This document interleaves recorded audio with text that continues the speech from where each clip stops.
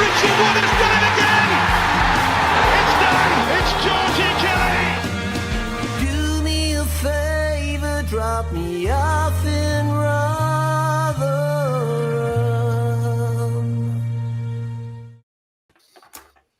Hello, everybody. Welcome back to New York Talk. This is the NYT Podcast. Thank you all for being with us.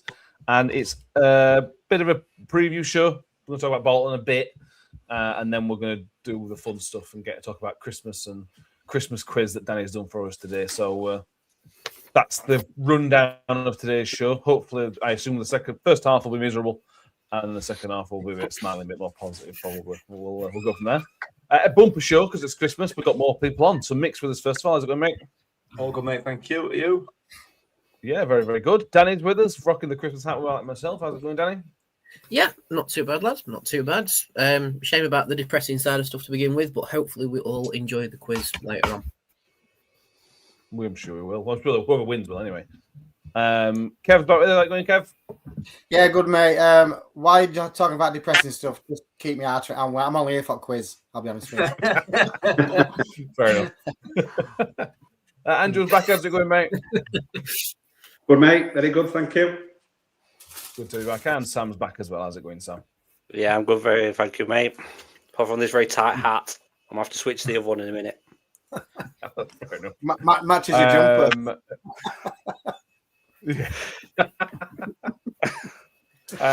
Ian's with us. Says hi, Ivory. Merry Christmas to us all. Neil Liversidge as well as does Richard. Andrew Barnes says evening, all seasons greetings.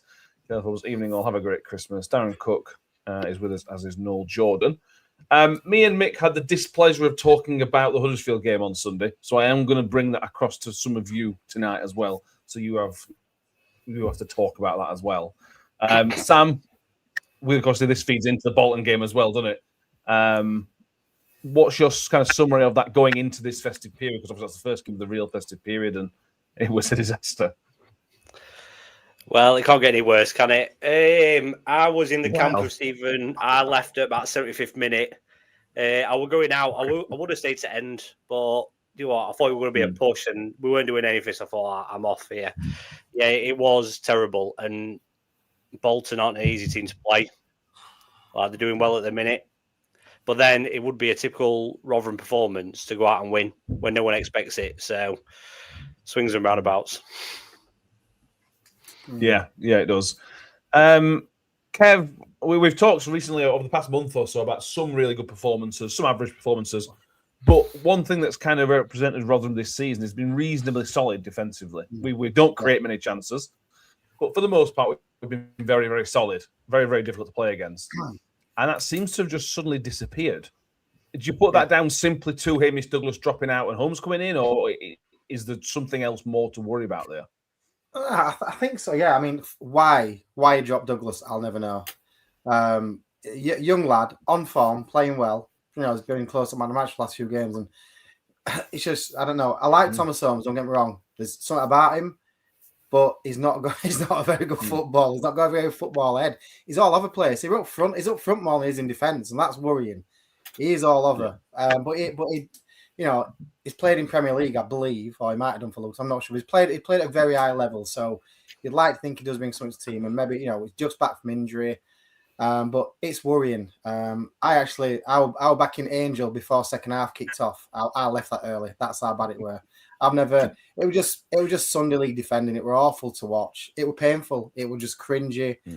I couldn't wait to get out of there. But for me, why they dropped Douglas, I'll never know. But someone's got to change it back. We've got to get that Shard back up at back and keep Nombe fit.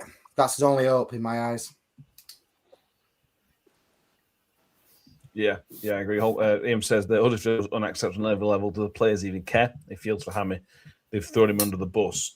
We talked after the game, Andrew, about Matt Hamshaw's post-match where he said that he saw this kind of coming.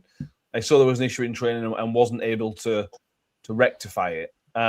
What's your take on that, and how much of that becomes on the players or on the manager that either they're not doing what they need to, or he can't respond to their misgivings?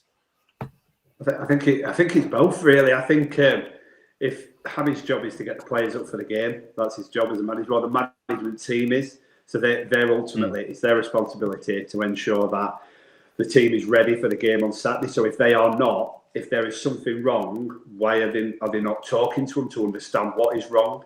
And then ultimately, when they step over the white line, it's the players' responsibility. And I felt it felt different on Saturday. Blackpool were individual mistakes.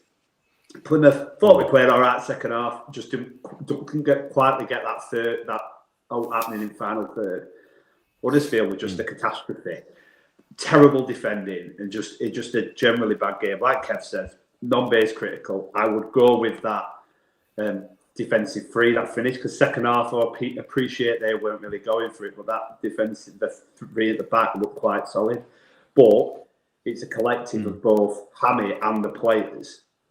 He's not getting them up for it. They're not performing when they get over the white line. It looked it's too early to say they're not playing for the manager, but it felt like that. One individual game, it felt like that on Saturday. Yeah, and it maybe screams down. It's something we've talked about earlier in the season, that leadership issue. Thomas Holmes was meant to be that guy that comes in and becomes that leader and kind of marshals everybody into line kind of thing. And obviously that didn't happen on Saturday. So maybe it's a big maybe, but it's not a little issue, lack of leadership. Maybe it is just a lack of leadership that's rearing its ugly head again. Yeah, potentially. I mean, we've spoke to Joe Rafferty, and he is the out-and-out captain. But at the same time, it's missing the big old wise head that's been here for years and years, who knows how to marshal the team and knows how we play. But I think it's also missing that experience. And this is no disrespect to Matt, I'm sure, whatsoever.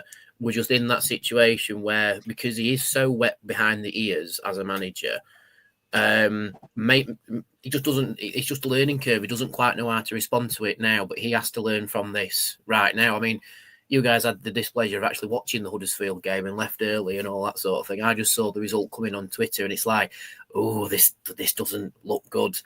But everyone has a stinker at work, even more if you're working as a team. And if Anshaw saw it coming in training, maybe he tried to put things in place to try and rectify it, and it didn't work on the pitch. Maybe all the players are just desperate to go and have Christmas dinner. I don't know. But it's the response to that which is the important bit now. Game's gone. Results happened. We can't change it. Positive, Sam Nambe scored. He comes back and scores after injury. Great. That's the one positive we'll take from it. But the important thing is how we respond to it. How do we respond to an absolute shocker, rotter of a performance against an informed side on Boxing Day? That is where everyone will earn the money, effectively. If we roll over and show our bellies again to Bolton, there are wider issues at play, 100%.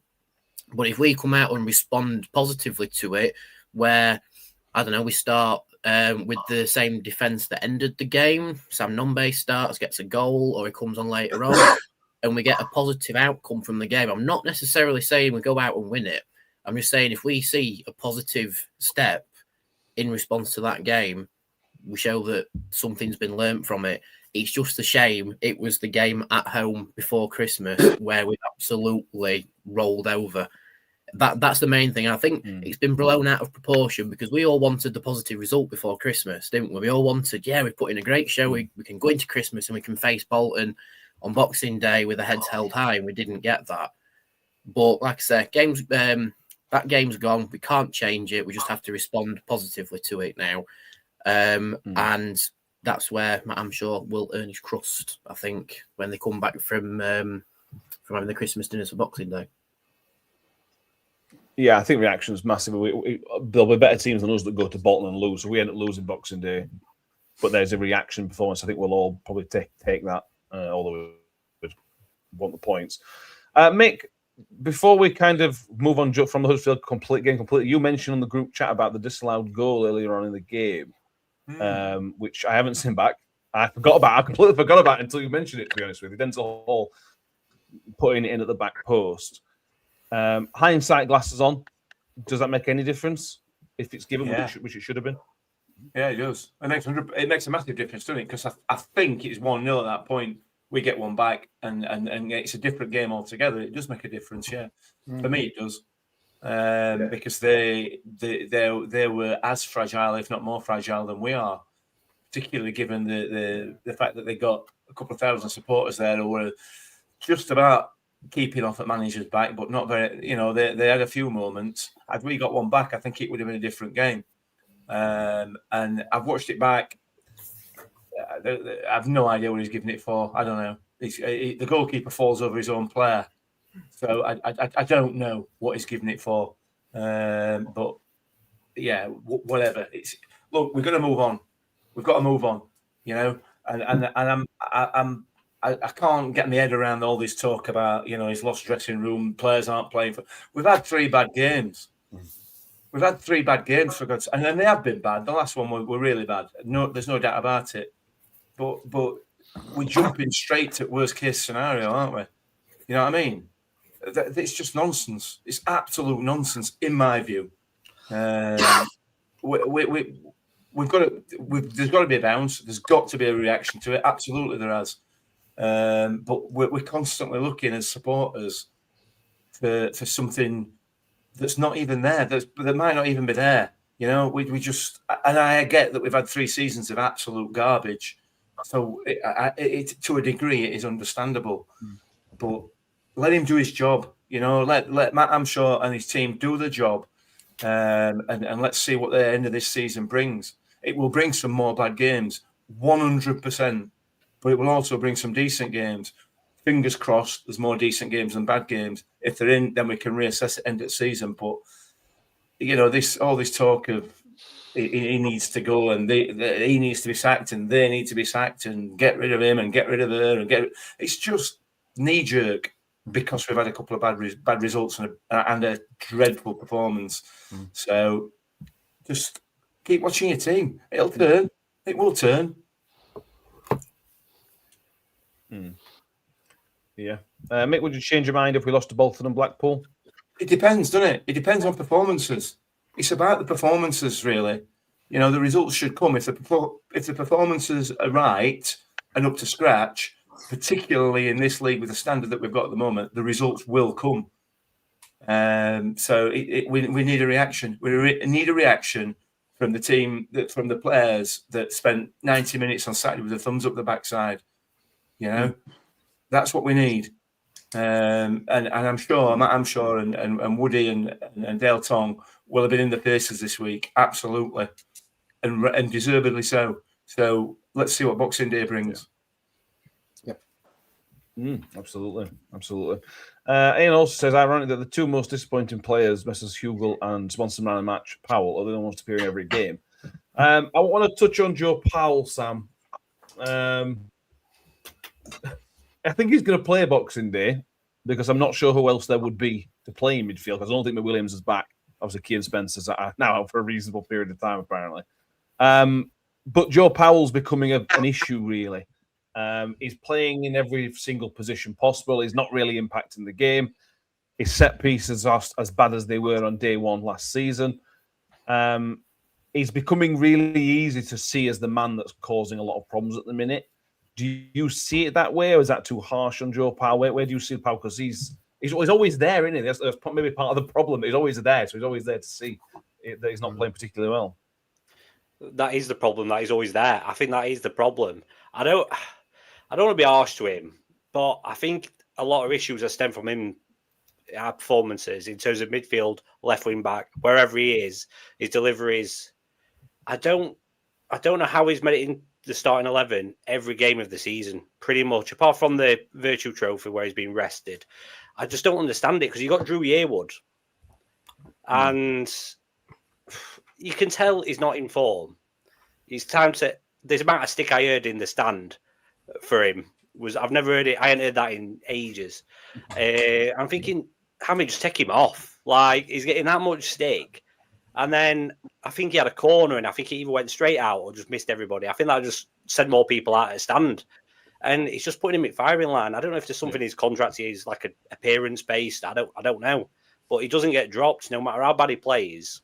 Everyone else, Hamish Douglas or whatever, they just get dropped for no reason. Yet he's still in the team. I don't understand. I don't get it. And poor Jack Holmes can't even get a look in, even as a sub. I agree. And yeah, they are. And it's one of those questions, Andrew. It's not great because he's available. He's always putting. It's like a bit like Hugo. He's always putting his body on the line. He's always playing throughout whatever situation is. But if we're being harsh, what does Joe Powell offer this team at the minute? Or what has Joe Powell, other than availability, what has Joe Powell offered us since he came in? I don't like being kind of scapegoating like that, but he's not helping us at the minute, I don't think. He offers nothing. He offers nothing. I mean, he's meant to have had a wand of a left foot. That wand of a left foot consistently hits balls over the back in terms of corners, consistently hits into the side netting. He offers very little. He's not got an engine. He's got no pace. He does the occasional flick and he starts doing these odd things with his feet and he'll flick it on. But he offers very little in terms of how we progress upfield. I think his best position was last season when he was just kind of off the left-hand side with him and James on that left-hand side. He played a little bit better there and he were pretty decent last year. I even suggested him as a potential player of the year, I think, in my pre-season prediction stuff, because I thought he was going to be, but he's just bang average and getting worse. And it's obviously getting worse because he must be hearing the groans every time he does something wrong. He knows if you're doing a bad job at the job that you're paid to do, the pressure gets on. You start feeling it. So I just don't. I don't know how he keeps getting a shirt. I think unless you say there's no other option. Yeah. What's your take on it, Kev? Because he's obviously got ability. We there's flashes every so often, and when he just ghosts past the man, when he just floats past, and there's occasionally a corner every so often that is a really good corner and a crossfield pass which is stunning. But we're talking one in every 3 or 4 games that he kind of impacts anything positively at the minute, aren't we? Yeah, deep down, I know there's a good player in there. There's got to be.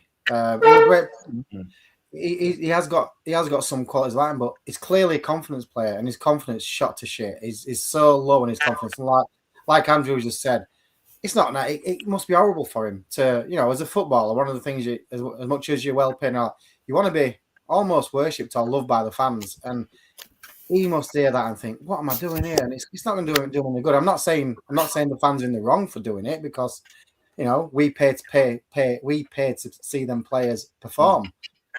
And he's not. He goes missing most of the time. I agree, Matt. Sometimes there's flashes of brilliance. You think, "Oh, Joe Powell's back," but then he goes and takes 5 corners on trot, and it's first man or it's asked for a goal kick. It's so frustrating because deep down, I do believe there's a good player in there, but it needs something to change. I think Sam or Andrew said it. He needs taken out of firing line for a bit. But the problem is the squad's that thin. Who can come in? It's harsh.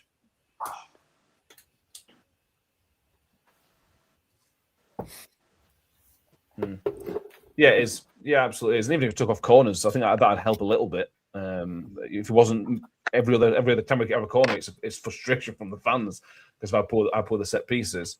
But Ian makes another good point, Danny. If your only other option because of injury is Liam Kelly, then we're screwed. I mean, what could Hamshaw do? I agree with Sam, Andrew, and Kevin. He needs to get out of fire. We said something about Reece James last year, where he just needs to take out of fire line for a few games.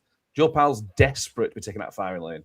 But what can you do in current situation? We know Williams, no Spence, and I feel a bit sorry for Matt, I'm sure, but this is the hand he's been dealt with. He's got to find a way out of this, hasn't he? Yeah, but this is the risk that we took signing some of the players that we did in the summer. So it's ifs and maybes. If Keane Spence was more fit, if Josh Benson had a better injury record, if Liam Kelly was a couple of years younger, I mean, well, if it was a couple of years younger, he won't be here for a start.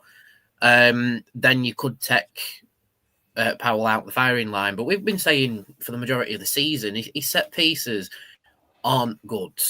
Because I remember when we played Doncaster away, and he hit the first man every single time on corners. And I was there with my mate, and he says, "Who is that player? He needs taking off it straight away." And the only reason he was there was because Dan Gore was there for the birth of his first child. So I agree. He does need taking out the firing line just for a game or two, just on the bench, just to recollect. but we don't have the options to do that at the minute. Whether January is a different story, we'll have to wait and see. But you have to remember he has been playing out of position whilst Reece James has been playing in the back three as well. So that hasn't helped matters because he's been coping with that position, then gone back to his regular position, which he's now out of favour with. So there are things stacking up other than just he's not a very good player, because I agree with Kev, there is a good player in there. We have seen that at times. It's just that we haven't had the consistency to see him in that position so he can be a good player. And like you say, he's a confidence player. If he's out of sorts in that position, he's not going to play very well because he isn't confident. And it just snowballs from there, which also backs up the argument of just give him a game starting on the bench and play someone else there. And if they aren't doing the best, then you throw him into it and just go, right, show us what you've got and then see what happens. But as for right now, we can't. So it's like two sides are a very dirty stick. We don't know which one's the better option. True. Yeah. John Fellows says Powell has been played out of position for many of the games. Others have had equally bad games, personal errors that have led to goals being conceded. That is true, Mick, and that you've got to count for that. The problem is wherever Joe Powell has been played, wherever it's been, he's been below par. It's not like when we play him in midfield, he's been really, really good, or whether he's struggling everywhere. He had one game where he got moved from left wing back to midfield during the game at home. And I can't remember which was it, Wickham or the game before Wickham, where he kind of lit up a little bit and then went backwards. Yeah, I mean, we've got Marvin Colletta's back, so it's a straight swap, really. Joe Powell is a good player. I agree with Kev, 100%. There's definitely a player in there, but he's completely out of touch. Completely out of touch. And the more you play him, the more out of touch he's going to become, because the more his confidence is going to get knocked.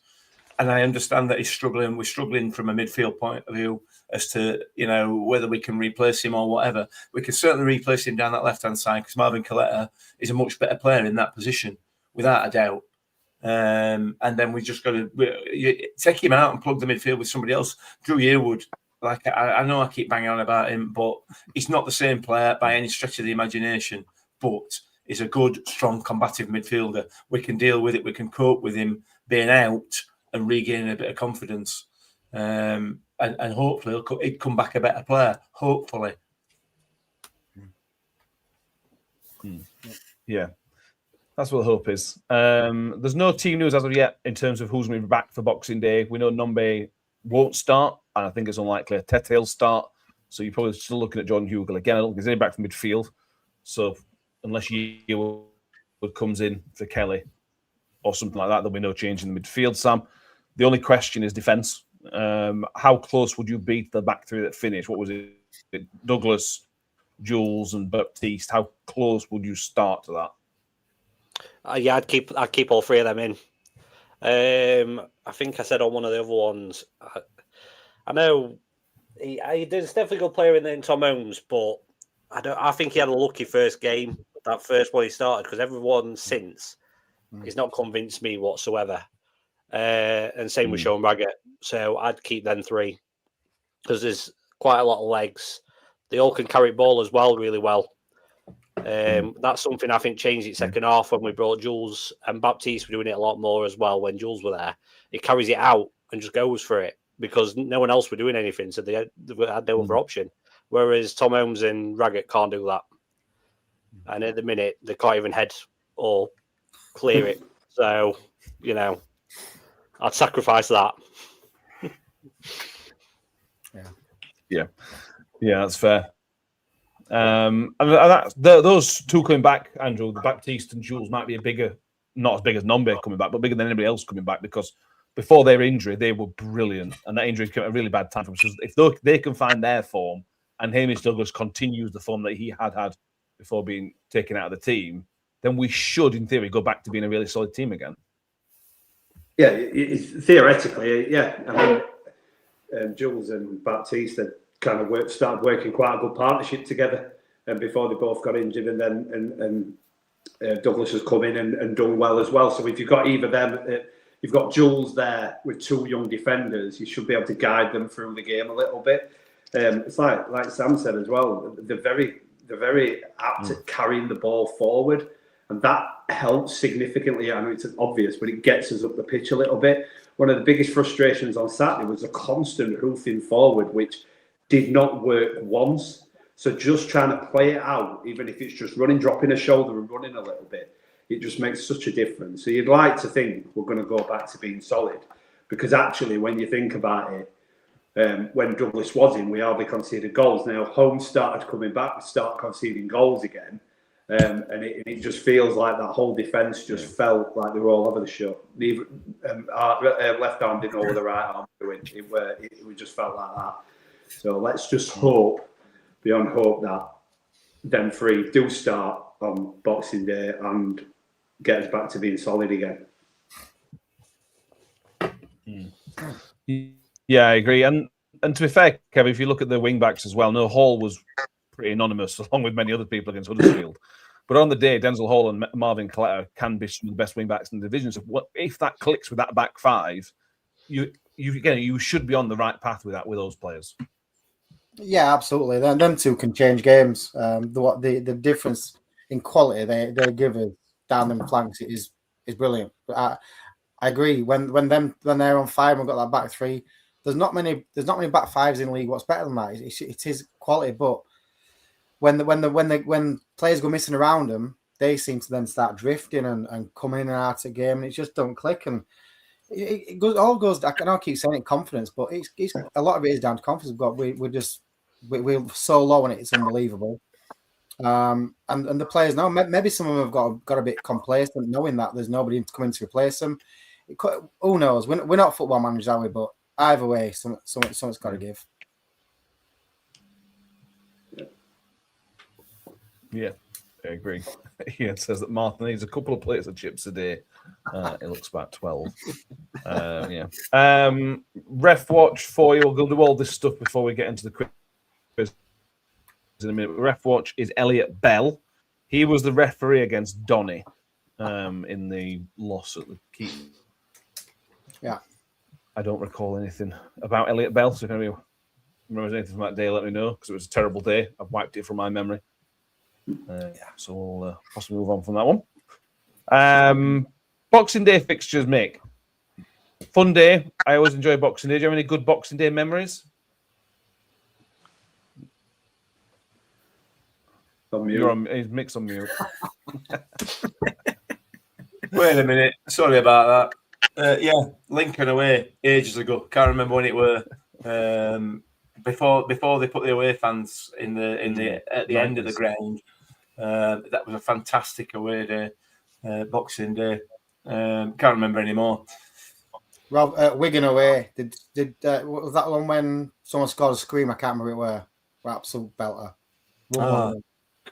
Yeah. Kev Watson. Will Hoskins, when they were Will Hoskins too. That were Boxing Day, weren't it? Might have been that one. Yeah.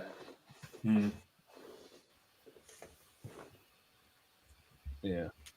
Shrewsbury, more recently, Shrewsbury in 20, must have been 18-ish, last minute winner from Michael Smith. Oh, Michael Smith, yeah. Yeah. I didn't realise that was Boxing Day. Very, very good day. I think we've got an half-decent record on Boxing Day, haven't we? I don't know statistically, but I'm pretty sure we've got an half-decent record on Boxing Day. So, especially away from home. In my head, we have. Yeah. We have since we moved to the New York Stadium. This could be one of the quiz questions coming up, but at Millmore, it was horrific. Yeah. There's a hint, everybody. We have lost to Bolton on Boxing Day away in recent memory as well. That was in the Championship, but we lost 2-1. Yeah. So we beat them at home, though. Particularly good omen. 4-0, weren't it? They were beaten. Yeah, we beat them. Right. Yeah, I remember. Yeah, we did. That was fun. The home one was fun, yeah. Right. Before we go into predictions, Scott Kent says, what's our opinions on the Sean Morrison interview?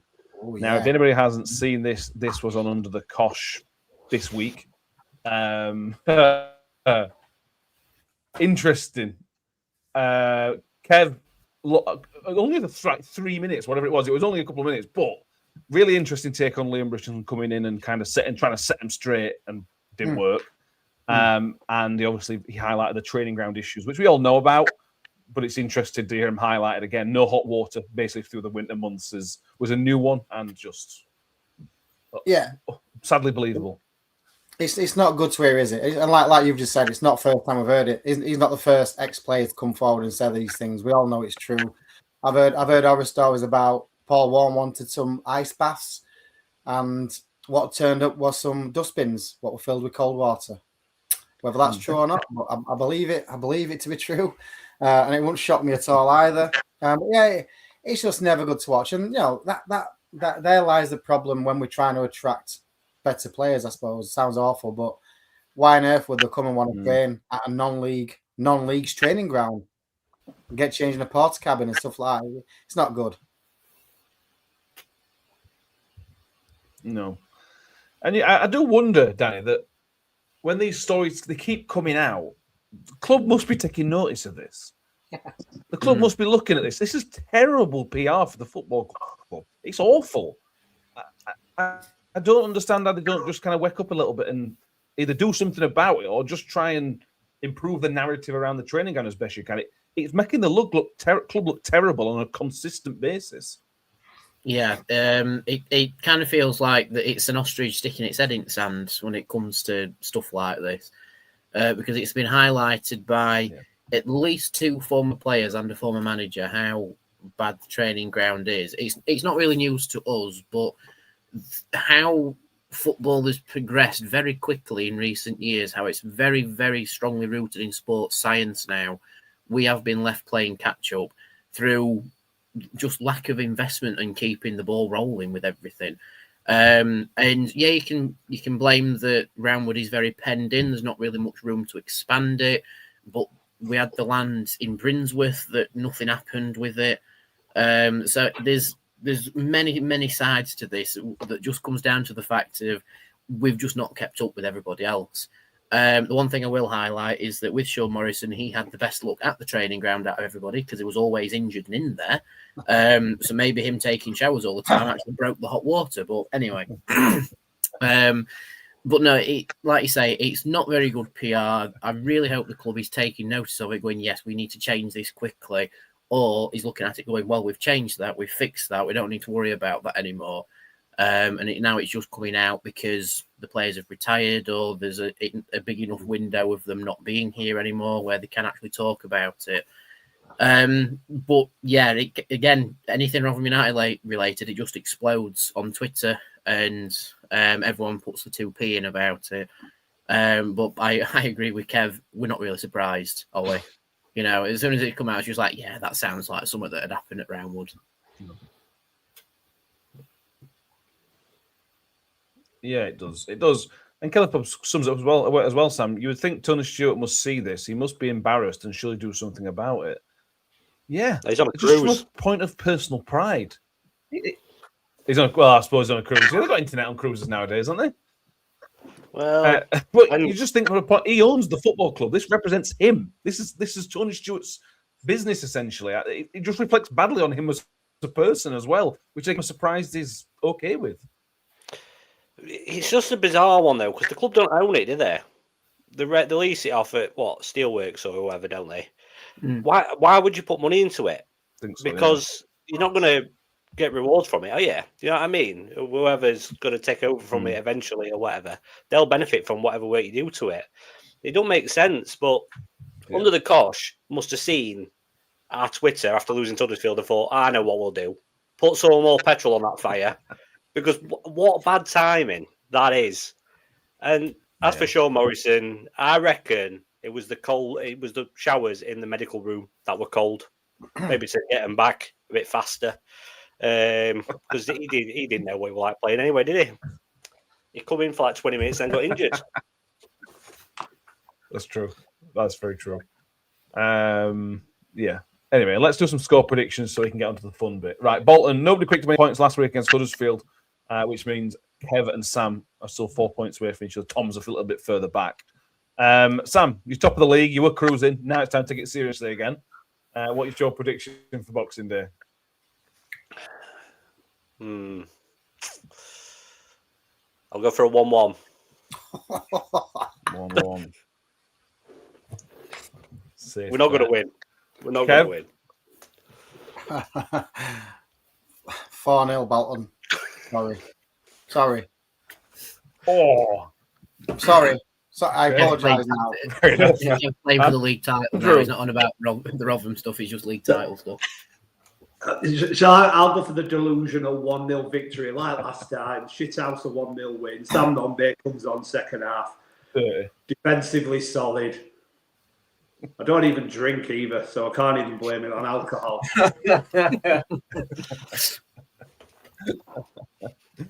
Yeah, Dawson masterclass incoming again. Yeah. Danny, what do you reckon? Well, I was going to go for the 1-0 as well, but Come and join me, Danny. Come and join me in this house. I'll go for the 1-0, but I can actually blame beer if it doesn't come in. Yeah, okay. I'm going to go safe. Well, I think safe. Bolton 2-0. I think I could see something like that. Just a steady Bolton victory. Mick? Well, I'm cut adrift from top here. I've got to start getting my stuff together now at the end of the season so I can retain my belt. So, listen, I'm sure it's going to turn this round. It's going to be 2-1 victory to Millers on Boxing Day. Comfortable 2-1 victory and all.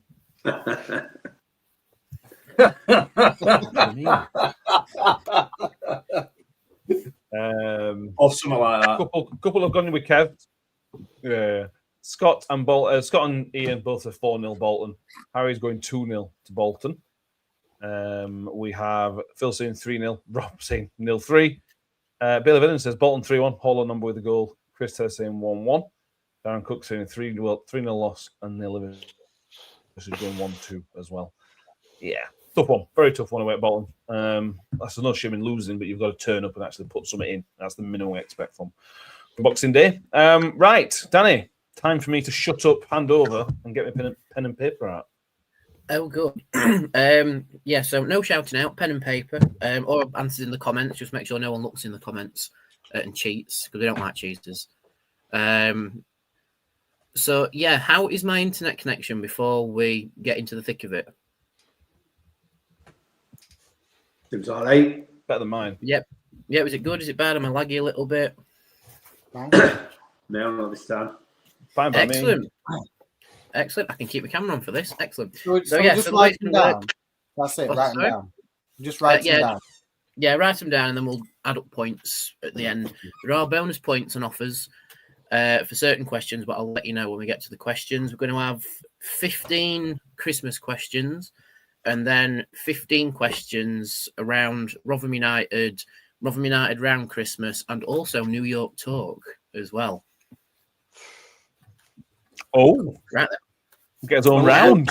Because I need a week, so come on, let's crack on. Right then, your first question number 1. What would you often find on the top of a Christmas pudding as a decoration?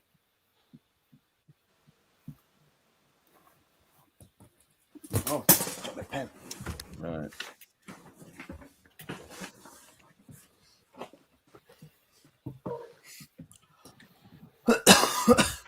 Question number 2. True or false? Pantomimes traditionally started on the winter solstice. Got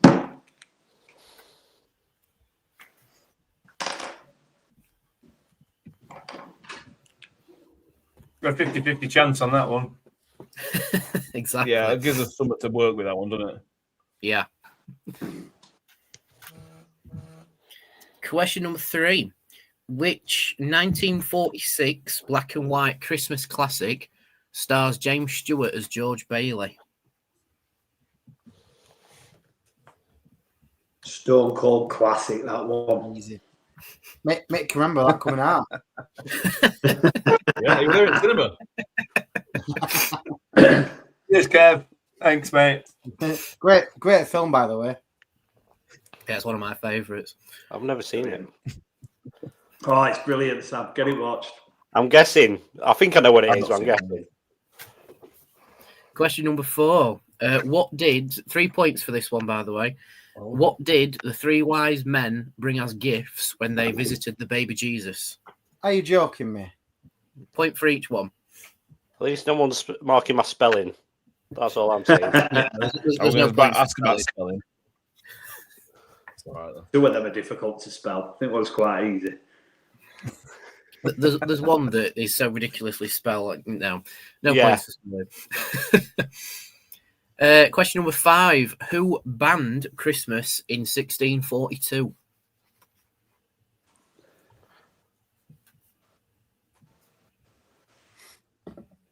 Well, there's a few confused looking faces there. Matt looks confused. In what year, Danny? Yeah. 1642. Who banned Christmas in 1642? I'll give you a clue. It weren't me. I was just about to say it weren't Nick. It would if it could.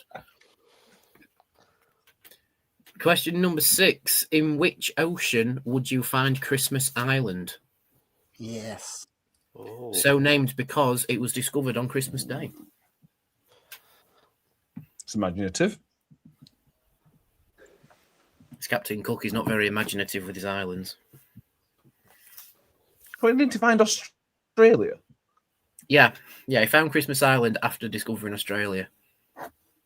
You can't have question. Danny. What's Come sea? on. What's sea? Ocean. Yeah, in which ocean would you find Christmas Island? Okay. Question number 7. Now, for this one, me and my mum sat for the best part of an hour working out this one to see if it was true or false. Oh, brilliant. If you I take... got that one. no, yeah. I won't take that one. I have Just give me 30 seconds to work out them now. Yeah, true or false? If you take all 12 verses of 12 Days of Christmas and you add them all together, there are 184 birds mentioned. Danny, you do realise ChatGPT would have told you that in about 5 seconds. Yeah. I would say, Danny, what about if your working out's wrong? It's not. I have religiously worked this out. What, you actually did write them down rather than just ask ChatGPT? Yep. I Hang on a minute. I'll type it into ChatGPT now and find out. I put first 7, so don't worry about it.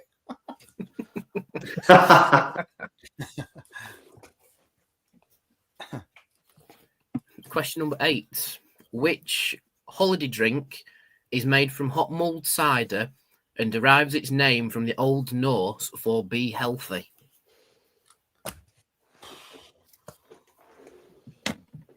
Holiday drink. Do you mean like Yeah. Christmas holiday, not like on a beach? Yeah. Oh. It's enjoyed around Christmas and the end of the year sort of festivals. Mulled cider. I don't know. Where's it from? Did you say? The name of it comes from the Old Norse for be healthy. Norse? Skull. That means cheers in Old Norse, but you're in the right neck of the woods. Nothing on that one. Question number 9. Does it begin with K? It doesn't. I'll give you that clue. It doesn't begin with K. Does it begin with G? Does it begin with G? We're not playing What was Hangman, that? lads. I'm No, not don't giving you the first letter. I don't know. Yeah, question number 9. I like this question. The Christmas episode of which Irish TV show Yes. saw a group of priests get stuck in the lingerie section of a clothes shop? Brilliant. Oh, what a show that was! What a Brilliant. show! That day when a certain person out of that show passed away. Is he dead? The main one is. I'm joking. Yeah, seriously, Kev. I didn't want to break it to you. I felt bad.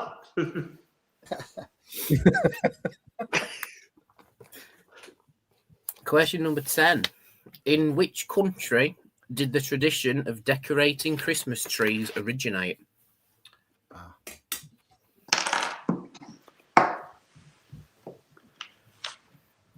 Right, question 10, Danny. Some of these are hard. Yeah, question 10, that one.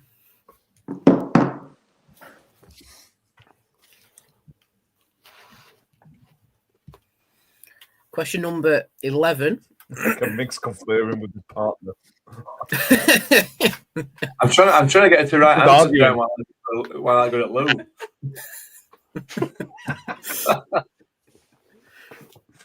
Question number 11. True or false? The colour of Santa's suit has always been red. Do you get a bonus point for telling you what colour it was originally? Go on then, yeah. I'll give you a bonus point for the colour. Go on then. Is Kev writing rules here, Danny? I don't know. He's just giving me a clue what answer were, though. Oh, yeah. Oh, no. Sorry, it is red.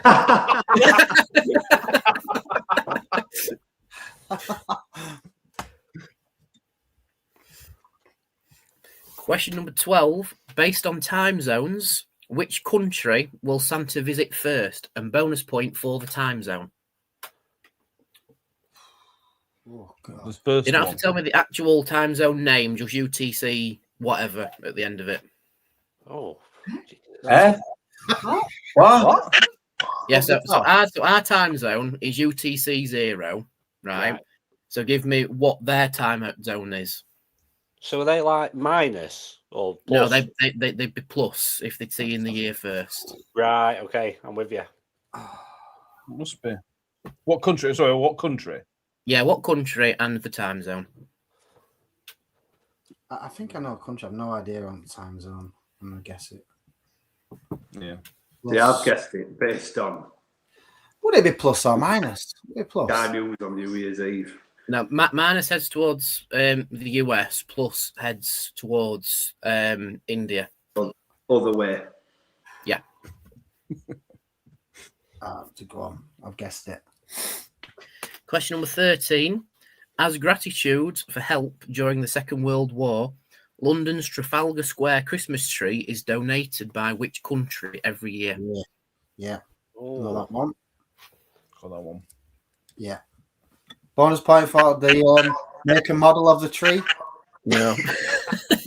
Just the country on that one.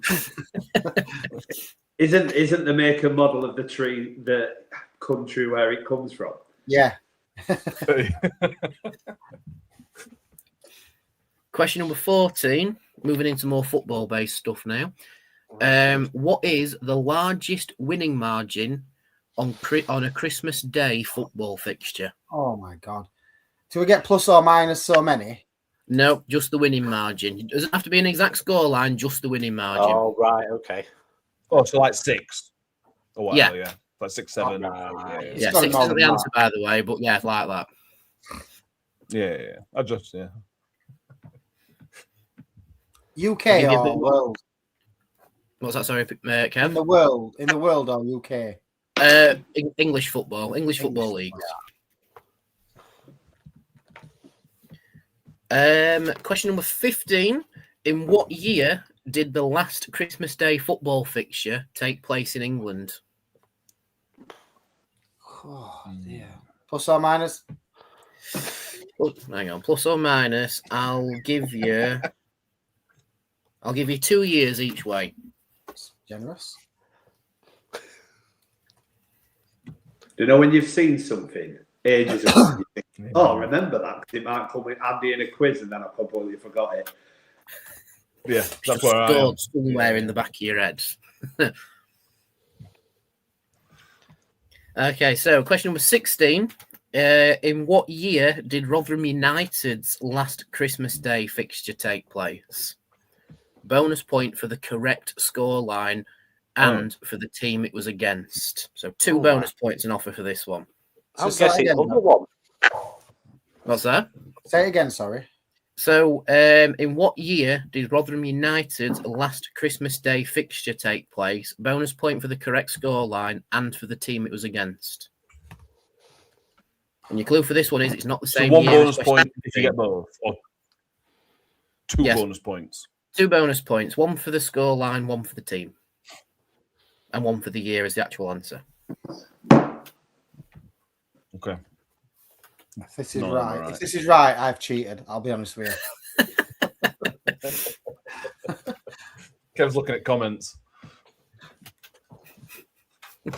Although I have got the comments up and I do like Bailey's comment. Mick apparently scored in this game as well. Cheers, Bailey. Merry Christmas. Question number 17. In what month of 2025 was Matt Hamshaw's first win as full-time Rotherham manager? So this isn't as interim manager or anything like that. This is after he got announced as full-time manager. So after he signed the proper contract. I was there. What time? What month it was? It was bloody cold. I know that. So it must have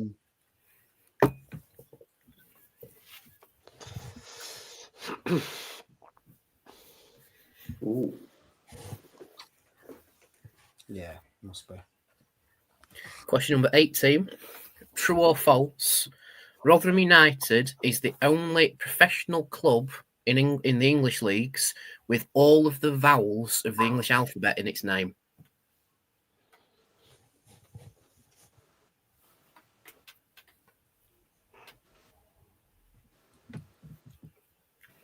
Oh, that's a great question.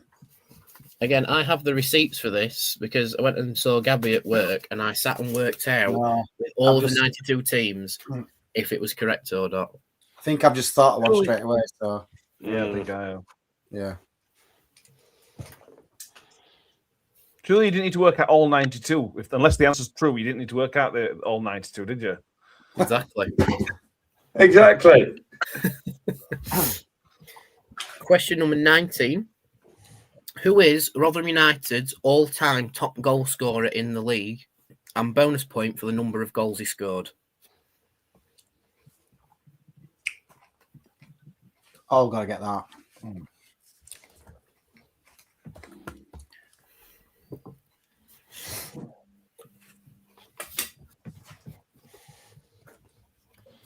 Question number 20. What was Rotherham United's league position on Christmas Day during the last title-winning season in 1988-89? That's when we won the 4th division. Mental, we've not won a league title since then, isn't it? Come close a few all times. the nonsense we've been through. Yeah.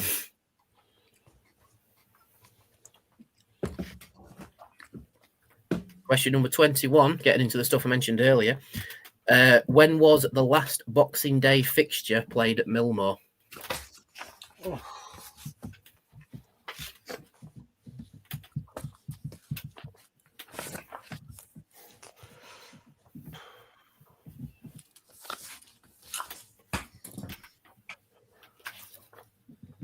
Just the point for the year on that one.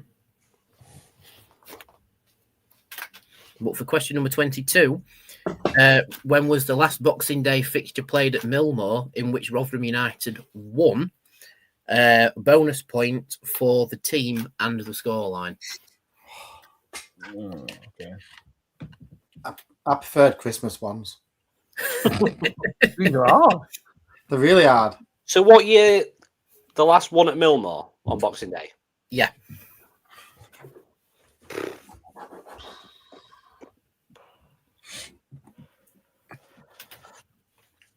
You seriously overestimate the amount of knowledge that any of us have got about Rotherham United, don't you? Yeah. Oh, there. I'm sure most of us were there as well. Yeah. The game on Boxing Day at Millmore, we'd have all been there. But I can't remember what it were. These are my quizzes. I lure you into this false sense of security with easy ones and hit you with some right hard ones. The fact that we were all there, Matt, is irrelevant. I was sat at my dinner table for me at tea time. I can't remember what I had to eat though. Yeah.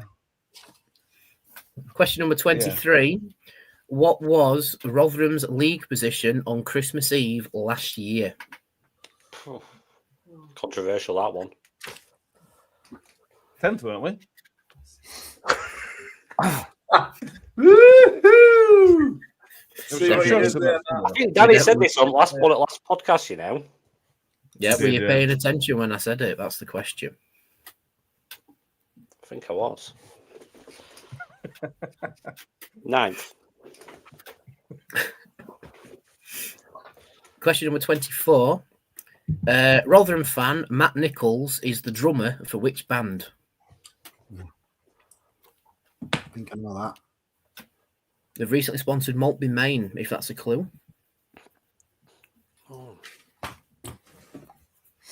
What was his name? That did give me the answer. Matt Thank you very much. Nichols. Rotherham fan Matt Nichols is the drummer for which band? That's question 24. Don't they do our walkout tune or? Thanks, Kev. I think so. Yes, Kev. It's all right. I can cross out my other one there. I think that's the only Rotherham one I've got. That's the only Rotherham one I've got. I'm sure it is. Question number 25. According to the song, what will Millermen do in red and white because we're Millermen? You'll get that one, Kev. I should do. Just gonna look at lyrics on wall now. Is that it, Danny?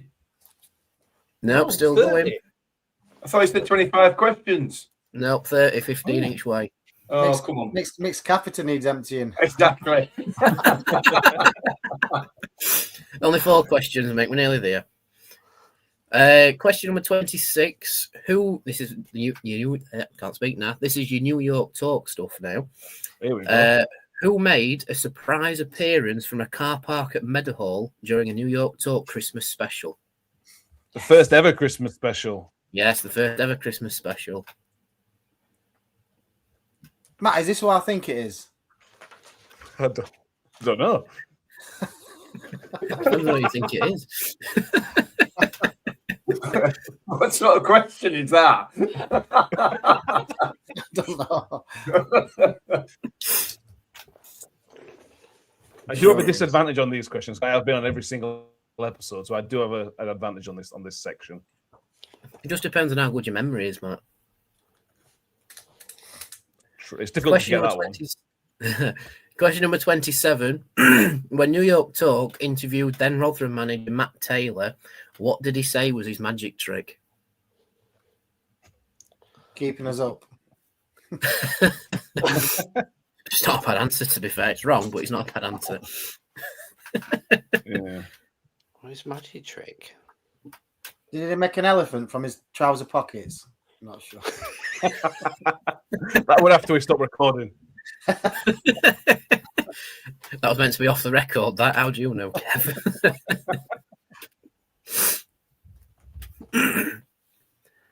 Question 28. There's a bit of guesswork involved with this one. So, what happened to me, yours truly, during the famous COVID last-minute win at Hillsborough that is reminiscent of this season? So that again. Stop trying. So, question 28, a bit of guesswork. What happened to me during the famous COVID last-minute win at Hillsborough that is reminiscent of this season? So, what's happened a lot this season, which is what happened to me whilst I was celebrating that last-minute goal at Hillsborough during the COVID season? I completely guessed it.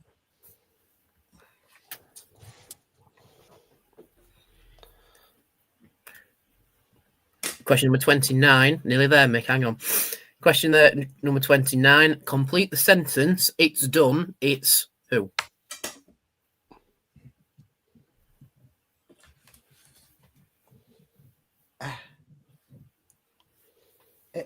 Say it again. So complete the sentence. It's done. It's who? It's a line of commentary for one of our matches. Oh, yes. Someone to do an intro. I'm pretty sure it's on. If it's not on this year, it has been on previous ones. Oh, yeah. There we go. Light bulbs are going off. Got it. And your last question, question number 30. Which international side did Rotherham beat in a practice match prior to said international side's match at Hillsborough the following day? Oh. Again, this is another one where you've seen it, but have you remembered it?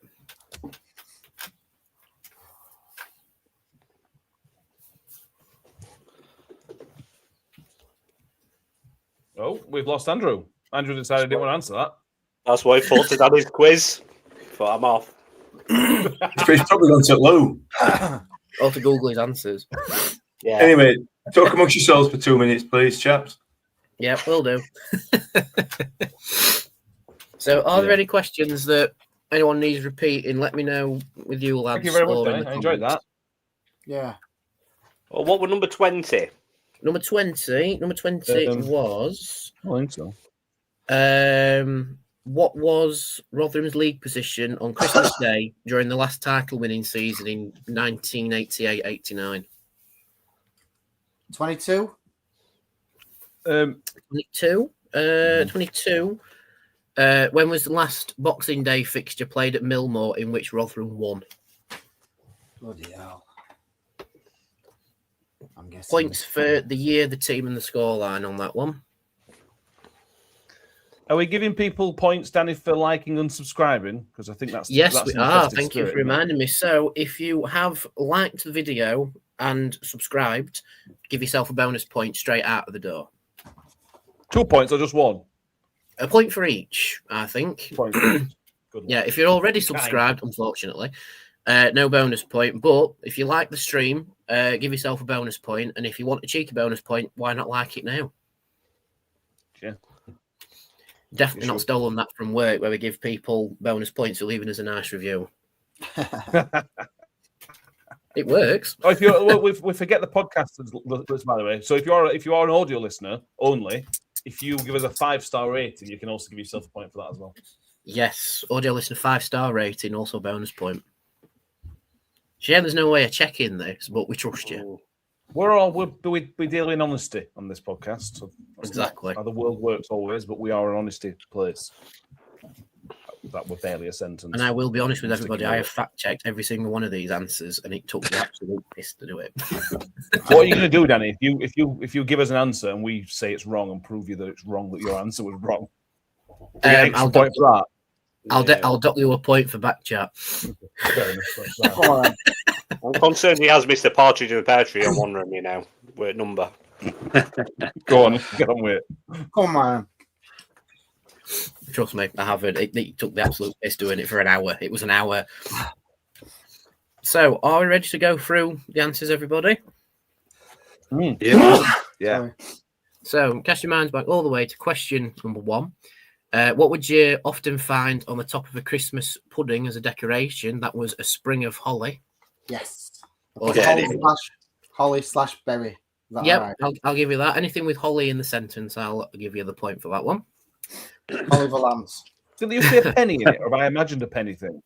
Not really. The used And it's a baked in it. Yeah. Used to be a tanner. Right, okay. Went to Penny or a tanner.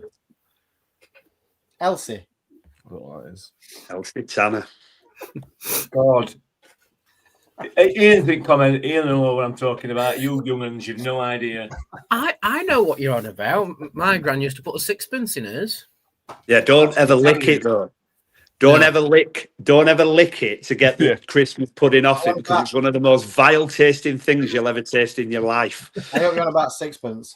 Yeah. Yes. Oh, you're taking it into gutter, Kev. Question number 2. True or false? Pantomimes traditionally started on the winter solstice. That is false. False. They traditionally started on Boxing Day. Wow. Outrageous. Oh. Get wrong. Question number 3. In which 1946 black and white Christmas classic stars James Stewart as George Bailey? That is It's a Wonderful Life. Yes. Yeah, Get back. Question number 4. What did the 3 wise men bring as gifts when they visited the baby Jesus? That was gold, frankincense, and myrrh. 3 points for that, yeah? Yeah, 3 points on that one. Question number 5. Who banned Christmas in 1642? That was Oliver Cromwell. I'm going to put that. I put government. Weren't you Prime Minister? He was Prime Minister, the Lord, yeah. He was I the put Lord government. Protector. I have a point. No, He Oliver gave him Cromwell a was very the Lord. pompous name, didn't he? He was Lord something. Yeah, Lord Protector, Lord which is Protector, basically the Republic's version of a king. So yeah, also miserable True bastard story. banning Christmas. What's Yeah, yeah. I always remember that. That's something I've always remembered from school. I don't know why. Question number 6. In which ocean would you find Christmas Island? That is the Indian Ocean. Oh, Come on. I got that. Off the northwest coast of Australia, Christmas Island. I were rubbing an R in between That's Pacific the and India. I said Pacific. Oh, it's not. Yeah. Yeah. There's Easter Island in the Pacific, but Christmas Island is in the Indian. Yeah. Did they find that at Easter, Danny? He did, yeah. Easter Monday, I believe it was. Question Bonus 7, point. true or Question 7, true or false? If you take all 12 verses of 12 Days of Christmas and add them together, there are 184 birds mentioned. That is true. Gotta be. Because So actually, is it after working out verse then? 7, it's the same number of birds that you add together each time. Do you know how many? If you add the numbers on a roulette wheel up, do you know what it comes to? Go on. 666. That's why they call it Devil's Game. There you go. There you go. Need to write that down. That's quite good. That. Stealing that for his next quiz, Danny. Yep. Better fact check it, Danny, before you use it in a quiz at work. well, they can actually physically come up to me and complain. You guys can't. Yeah, exactly. Question number 8. Which holiday drink is made from hot mulled cider and derives its name from the Old Norse for be healthy? That is Vassail. Marius. Never even heard of it. Stella. Never Some heard put of it. Colin in comments. Yeah, Hey, they bro. did. Hey, I bro. guessed eggnog because I didn't have a Scooby Doo. I put mulled wine. I heard some mould and I thought, Yeah. Yeah. It's nice for sale, to be fair. What is it? It's basically just Cider, obviously. yeah, it's just hot still cider, and it's actually really nice. Right. And it really Fair makes it enough. really thick because it's basically like turns it into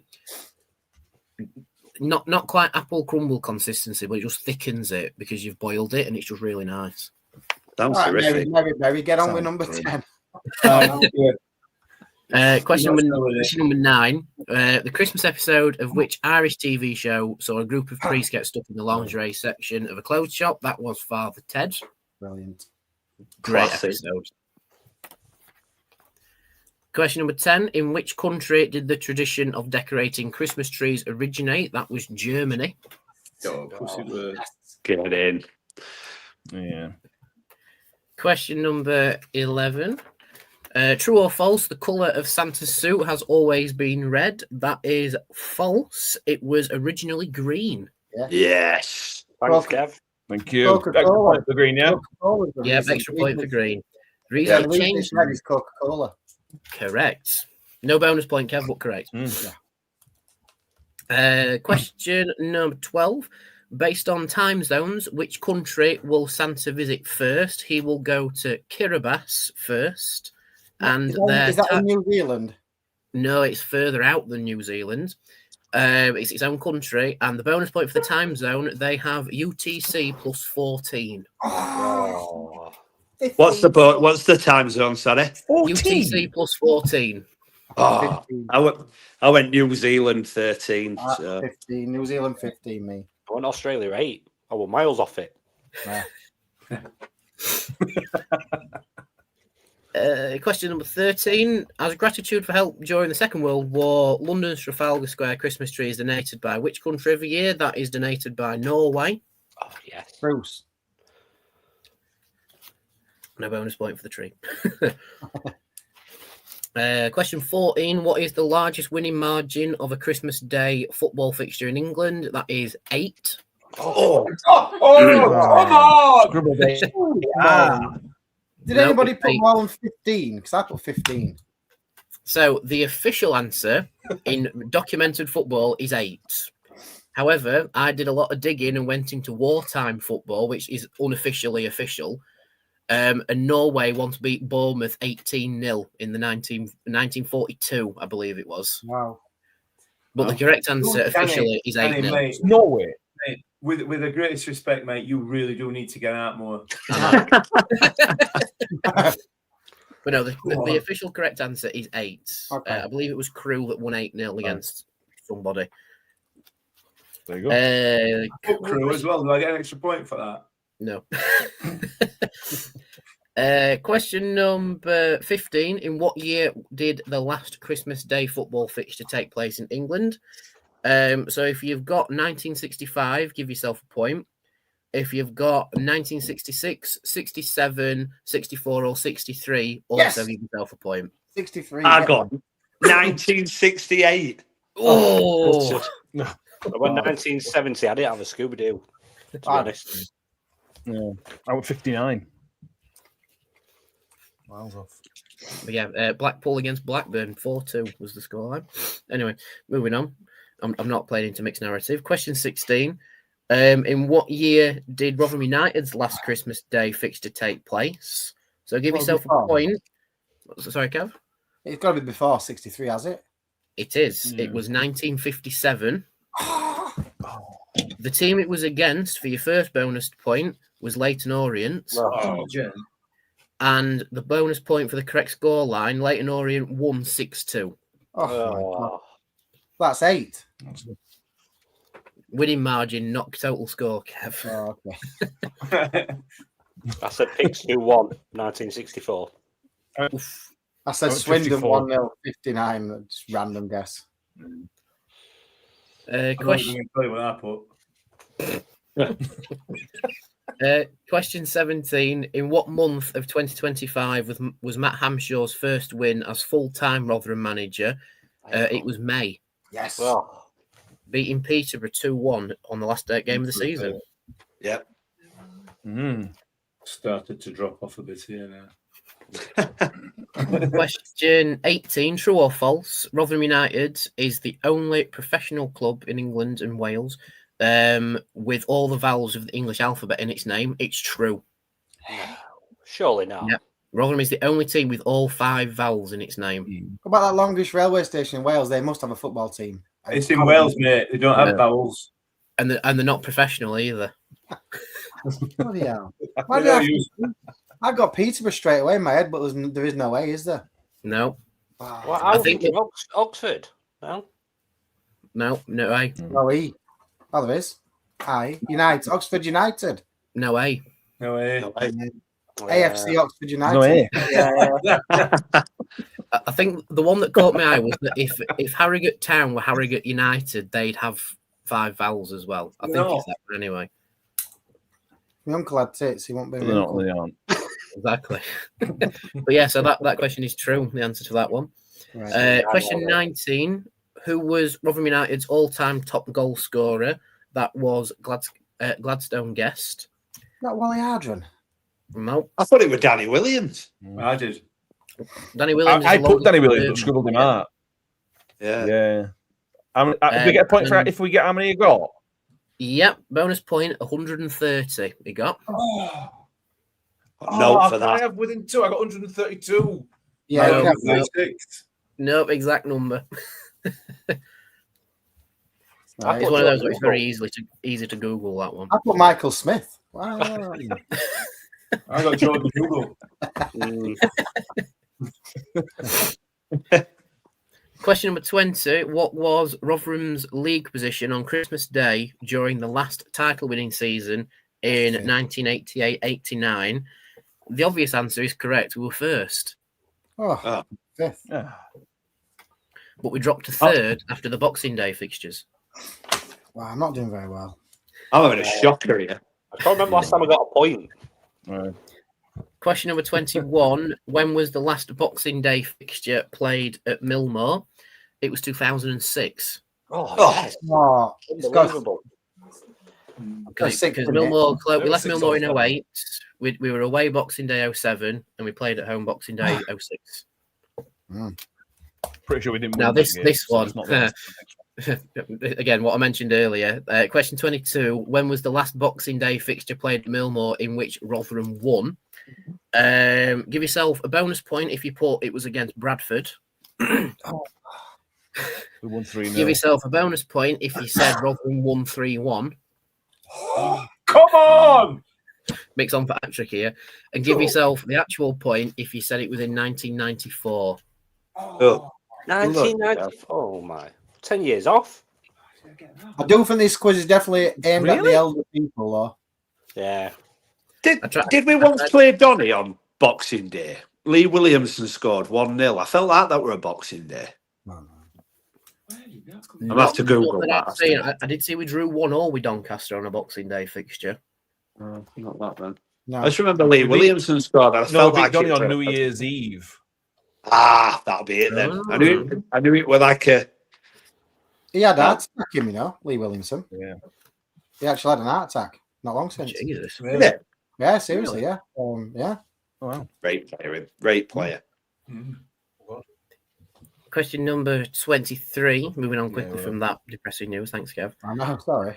It's all right. But I'm saying, good. Will Hoskins told me at Legends Night, so it's probably Good. you. Okay, excellent. 23. What was Rotherham's league position on Christmas Eve last year? We were 18th. Yes! How have I guessed that? Go on. I believe we were a single point worse off as well. I'm sure we're in playoffs. Someone said on Twitter. I thought we were. Yeah, we definitely weren't 10th. If you put 10th, dock yourself or put no, I'm kidding. I'm not that harsh. Question 24. Rotherham fan Matt Nichols is the drummer for which band? He is the drummer for Bring Me the Horizon. Yes. Yes. I believe he lived in Mexborough as well at one point. Not recently. Question 25. According to the song, what will Millermen do in red and white? Because we're Millermen, we will stand and fight. Yes. Yeah. Unbelievable. Question number 26. The chance for Matt and Mick to pick up points. Who made a surprise appearance from a car park at Meadowhall during a New York Talk Christmas special? That was Dan Barlasser. Oh, I put Ben Pringle because we definitely had Ben Pringle from a car. Yes, he we went did. to Dubai, weren't he? Well, when I just Evans put- came in, though, weren't it? Yeah. Yeah. I just put Mick for his proclivity for car parks, so I just assumed it was Mick. And you said car parks as well then and nothing else. Yeah. We had his mum on. I bought his mum because I thought it'd be fun and a good laugh, and then Dan just turns up halfway through. It was a great episode. Yeah, we were just finishing off his Christmas shopping, wasn't Nice. Yeah. Question number, 27. When New York Talk interviewed then Rotherham manager Matt Taylor, what did he say was his magic trick? Did they ask It him was making a I think bottle I've got of wine this. disappear. Yeah. Really? I thought he just said he was really good with PowerPoint or something. Making a bottle of wine disappear. Yeah. I don't even want to know. I mean, I'm hoping he means drinking it. Yeah. It's not Big Brother, Mick. I was just thinking a Kinga from Big Brother then, yeah.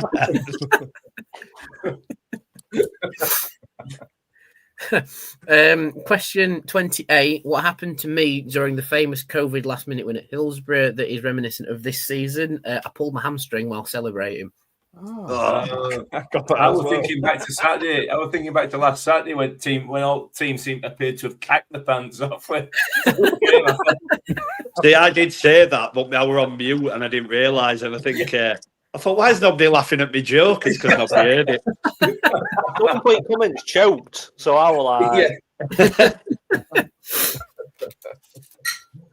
Yeah, that was funny. I couldn't walk for the rest of the day. Well, listen, Danny, it's really hard to walk when you've done that. Oh, sorry, your hamstring. I'm sorry. Well, it's hard to walk, to be fair. Question number 29. Complete the sentence. It's done. It's who? It is Georgie Kelly. Yay. And finally, question 30. Which international side did Rotherham beat in a practice match prior to said international size match at Hillsborough the following day? It was England. Oh. What year was that? 1965. That one. We beat England 3-1, I believe it was. I put Scotland. Everyone beats them. That's What's what that mean? Under 12s? I went with the Euro 96 vibe and I went Denmark, but then I thought, actually, that won't work, will it? Because that's in July and they'll all be on their holidays. So, anyway. Well, I've added mine up. Right, so let's hear the scores. Put your scores in the comments for us. Matt, we'll start with you. How many did you get? 17. It's not a bad effort. I'm quite happy with that. I am. I'll beat you. Mick, how many did you get? 19. Oh. I got them all right, obviously.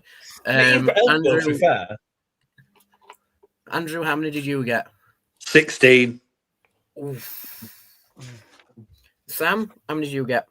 17, somehow. 17. Last. Kev, are you beating 19? Similar to you, mate. Like, I always come second, and I got 18. So there you go. Ooh. So Mick is the winner of podcast quiz. Certainly on the live stream. Anyway, I'm seeing a few bigger numbers in the comments. No Jordan here, by the way. Yep, no Jordan, 26. Damn. That's pretty impressive, no? That's very good. You know what, though? That's very impressive. Government has done me. That's Oliver Cromwell. That's done me, that. Are we talking about quiz? I thought you were talking about a bigger issue. In general, but on this quiz, Oliver Cromwell, whatever he's called, was the Prime Minister, and so government should count. So should be joint winner. He wasn't Prime Minister. VAR, he wasn't Prime Minister, he was Lord Protector. What else can I claim? Got to do something else. You're going to miss out, just like the prediction league at end of season. Just miss out. No chance. I'm beginning to even question if I support Rotherham United, looking at my scores for Rotherham United based questions. Mick, out of interest, Mick, what score were we on up until we started the Rotherham quiz? So was it 15, Danny? Or yeah, there were 15 questions each way. what we scored up to 15? So I got 12 up to that point. I won 13. It was a disaster. I'll tell you what it were, Kev.